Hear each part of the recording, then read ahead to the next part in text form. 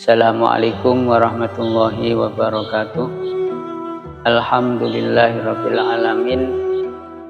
Kita berjumpa lagi dalam channel Sirah Nabawiyah, yang mana channel yang membahas tentang sejarah Rasulullah Shallallahu Alaihi Wasallam.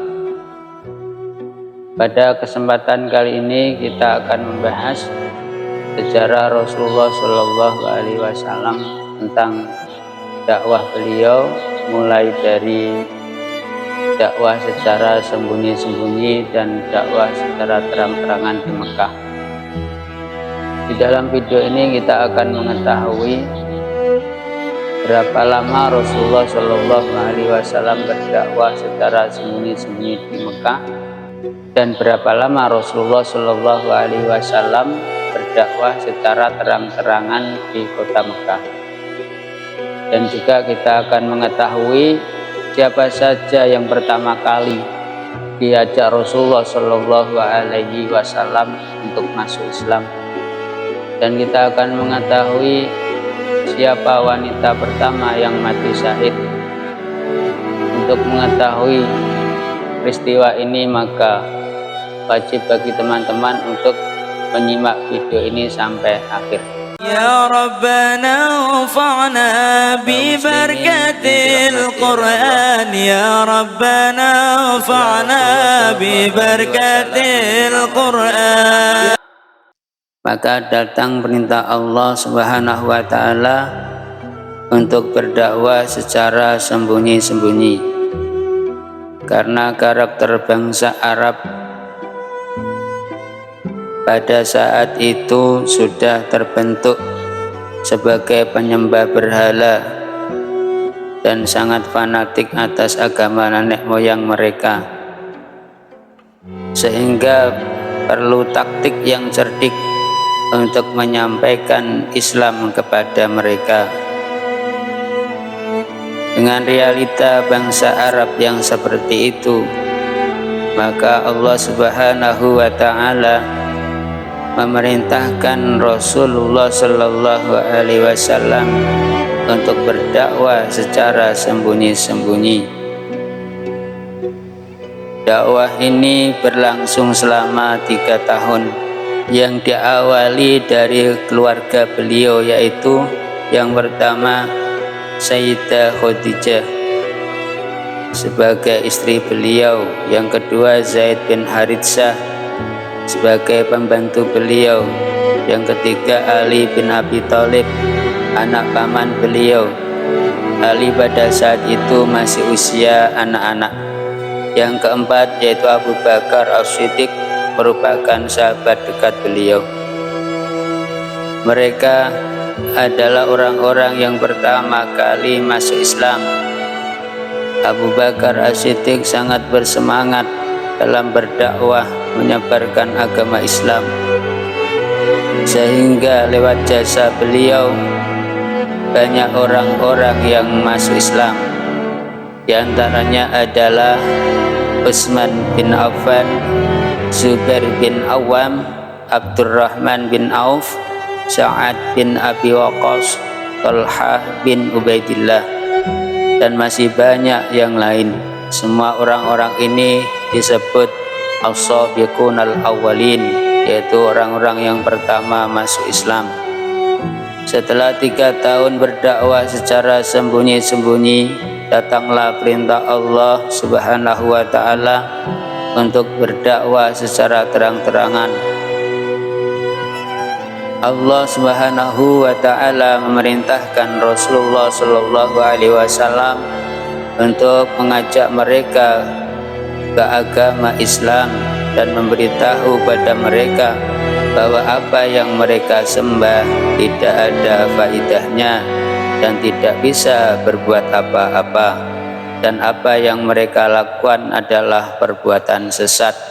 Mendengar ajakan Rasulullah Shallallahu Alaihi Wasallam itu, para pemuka-pemuka Quraisy yang dipimpin oleh Abu Lahab menolak ajakan tersebut dengan cara mengejek dan mengatakan bahwa Rasulullah Shallallahu Alaihi Wasallam adalah orang gila Tapi ejekan dan hinaan itu tidak membuat Rasulullah Shallallahu Alaihi Wasallam gentar.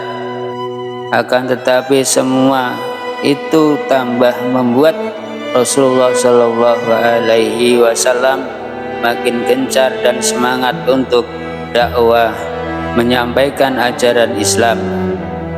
Merasa usaha mereka untuk mencegah Rasulullah Shallallahu Alaihi Wasallam tidak berhasil. Akhirnya mereka berpikir keras dan mereka menemukan cara mengundang Rasulullah Shallallahu Alaihi Wasallam untuk diajak kompromi dengan mengatakan, kami akan menerima agamamu Muhammad, tapi dengan syarat 1 minggu kamu menyembah Tuhan kami, lalu 1 minggu kami akan menyembah Tuhanmu. Dari peristiwa itu maka turunlah surat Al-Kafirun yang dengan tegas menolak ajakan mereka. Melihat semua yang mereka lakukan tidak menemui hasil, maka mereka mulai melakukan tindakan yang brutal. Mereka menyiksa orang-orang muslim yang lemah. Di antaranya yang mereka siksa adalah Bilal. Bilal adalah budaknya Umayyah bin Khalaf. Pada saat matahari berada di atas kepala, Bilal terlentangkan di tengah padang pasir yang panas, dan di atas dada Bilal ditumpangi sebuah batu yang besar. Mendapatkan siksaan yang sangat berat ini, Bilal tetap kuat dan berkata, Ahad, Ahad, Ahad. Ketika Abu Bakar berjalan-jalan melihat Bilal yang disiksa oleh orang-orang kafir Quraisy, kemudian Abu Bakar membeli Bilal dan memerdekakannya. Selain Bilal yang disiksa adalah keluarga Yasir. Yasir adalah budak Bani Makhzum. Yasir, anak dan istrinya disiksa oleh Abu Jahal dan para pemuka Quraisy yang lain.